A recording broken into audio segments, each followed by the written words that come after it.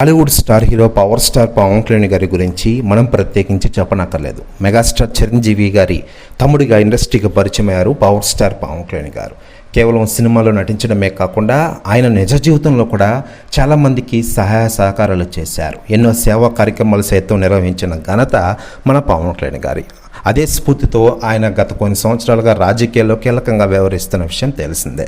ప్రస్తుతం ఆయన ఆంధ్రప్రదేశ్ రాష్ట్ర ఉప ముఖ్యమంత్రి హోదాలో ప్రజలకు మెరుగైన సేవలు అందిస్తూ దూసుకెళ్తున్న విషయం విదితమే. మరోవైపు లేటెస్ట్గా అందుతున్న సమాచారం ప్రకారం పవన్ కళ్యాణ్ గారి గురించి ఇప్పటికే చాలామంది వివిధ రకాలుగా విమర్శలు చేస్తున్న విషయం విదితమే.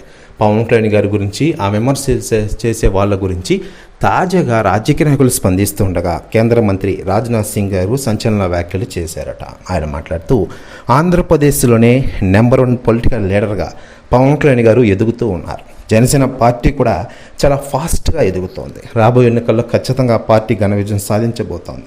ముఖ్యంగా పవన్ కళ్యాణ్ గారిపై ఇటీవల విమర్శలు ఎక్కువయ్యాయి. పవన్ కళ్యాణ్పై పిచ్చి కామెంట్స్ చేస్తే ఊరుకోము అంటూ సంచలన వ్యాఖ్యలు చేశారట రాజ్నాథ్ సింగ్ గారు. ప్రస్తుత వ్యాఖ్యలు వైరల్ అవుతున్నాయి టోటల్ ఆంధ్రప్రదేశ్ రాష్ట్ర రాజకీయాల్లో. మరోవైపు పవన్ కళ్యాణ్ గారు ప్రస్తుతం ఆంధ్రప్రదేశ్ రాష్ట్ర ఉప ముఖ్యమంత్రి హోదాలో రాణిస్తూనే మరోవైపు సినిమాలు నటిస్తూ ఔరానిపిస్తున్నారు.